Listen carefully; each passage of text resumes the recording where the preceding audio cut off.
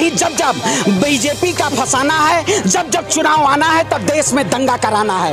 ये BJP Bharatiya Janata party नहीं है, ये बलात्कार जनता पार्टी है जो बलात्कारियों को संरक्षण देने का काम करती है। वरना देश के जगह जगह कोनों कोनों से देश में बिल्किस बानो के लिए आवाज उठेगी। इसके प्रधानमंत्री उस बेटी को न्याय दे पाएंगे जिनके 11 दोषियों को लड्डू और मालाओं से जिनको प्रभाव किया गया, सम्मानित किया गया, ने वो काम किया। जब गुजरात में चुनाव आ जाता है तब इस देश के प्रधानमंत्री 2002 के दंगों को एक नया प्रारूप देते हैं। क्या भारतीय जनता पार्टी इस देश में हिंदू और मुस्लिम के नाम पे एक राजनीतिक षड्यंत्र रच रही है? एकदम संसद भवन में हाहाकार मचा हुआ था। लेकिन देखिए, मैं कहता हूँ वो ब्राह्मण नहीं है, वो एक दरिंदे हैं। 2002 में गुजरात दंगों में बिल्किस बानो के साथ हुआ और उसके बाद जब लाल किले के प्राचीर से प्रधानमंत्री नरेंद्र मोदी महिला शक्तिकरण और महिला सम्मान की बात कर रहे थे, तभी गुजरात में गुजरात सरकार द्वारा उन तमाम 11 आरोपियों को जेल से रिहा किया जा रहा था जिन्होंने बिल्किस बानो के साथ हैवानियत को अंजाम दिया। आज जंतर मंतर पर प्रदर्शन किया जा रहा है। किस तरह से आप देख रहे हैं बिल्किस बानो केस को कि तमाम कानूनी संवैधानिक प्रक्रियाओं को ताक पर रख गुजरात सरकार ने उन तमाम रेपिस्टों को रिहा कर दिया? बिल्कुल, देखिए, जिस तरह से देश के प्रधानमंत्री बेटी बचाओ बेटी पढ़ाओ का नारा देते थे, क्या वाकई में इस देश के लोकतंत्र में और एक संवैधानिक दायरे में क्या देश के प्रधानमंत्री ने वो काम किया? जब गुजरात में चुनाव आ जाता है तब इस देश के प्रधानमंत्री 2002 के दंगों को एक नया प्रारूप देते हैं। क्या भारतीय जनता पार्टी इस देश में हिंदू और मुस्लिम के नाम पे एक राजनीतिक षड्यंत्र रच रही है? आप बताइए, देश के प्रधानमंत्री लाल किले के प्राचीन से बेटी बचाओ बेटी पढ़ाओ का नारा और उससे पहले बेटियों के सम्मान के लिए भावुकता की नजर होती है, लेकिन क्या वो देश के प्रधानमंत्री उस बेटी को न्याय दे पाएंगे जिनके 11 दोषियों को लड्डू और मालाओं से जिनको प्रभाव किया गया, सम्मानित किया गया? क्या यही देश के प्रधानमंत्री? आज सवाल हो, क्योंकि ये सवाल है भवन में बैठी हुई है जो महंगाई के नाम पे वो कहती थी सखी सैया कमाए जाता है, महंगाई डाइन खाए जाता है। उस दिन जब द्रौपदी मुर्मू के उसमें मुद्दे में एकदम संसद भवन में हाहाकार मचा हुआ था, लेकिन आज देश के महिलाओं के सम्मान के लिए, उस बेटी के सम्मान के लिए आज ये सरकार जो क्रूर सरकार है आज कहां सोई हुई है?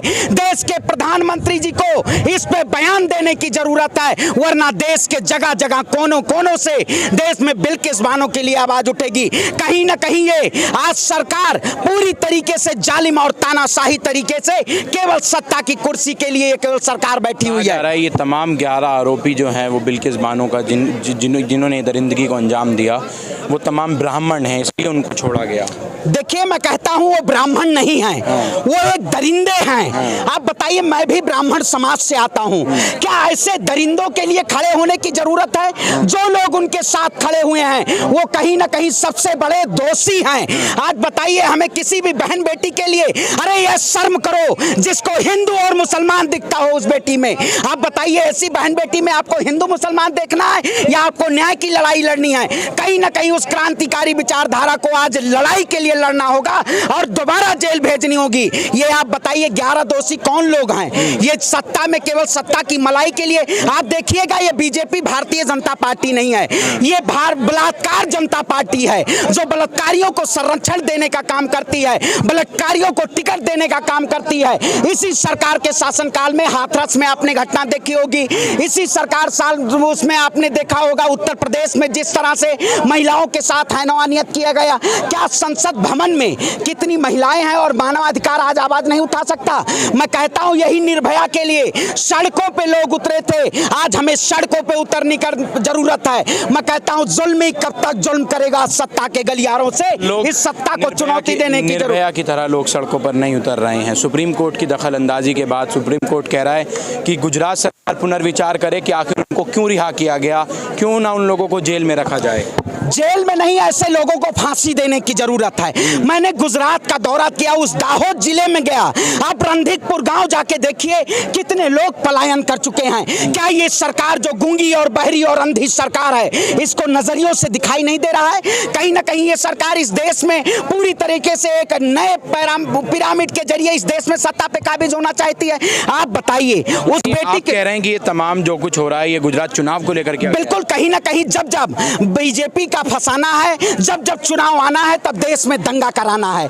ये राजनीतिक परिप्रेक्ष्य से आप बताइए, इस देश में जो प्रधानमंत्री एक भारत श्रेष्ठ भारत की बात करते थे, क्या उन्होंने एक भारत और श्रेष्ठ भारत की बात इस जो बेटी को न्याय नहीं मिल पा रहा है, ये एक भारत श्रेष्ठ भारत है?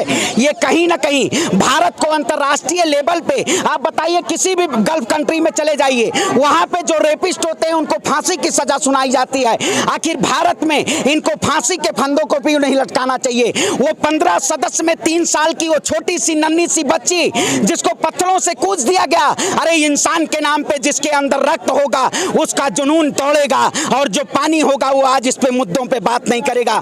मैं भी कहता हूं कि वो ब्राह्मण नहीं हो सकते, कहीं ना कहीं दरिंदे हैं और इन दरिंदों को फांसी देनी चाहिए।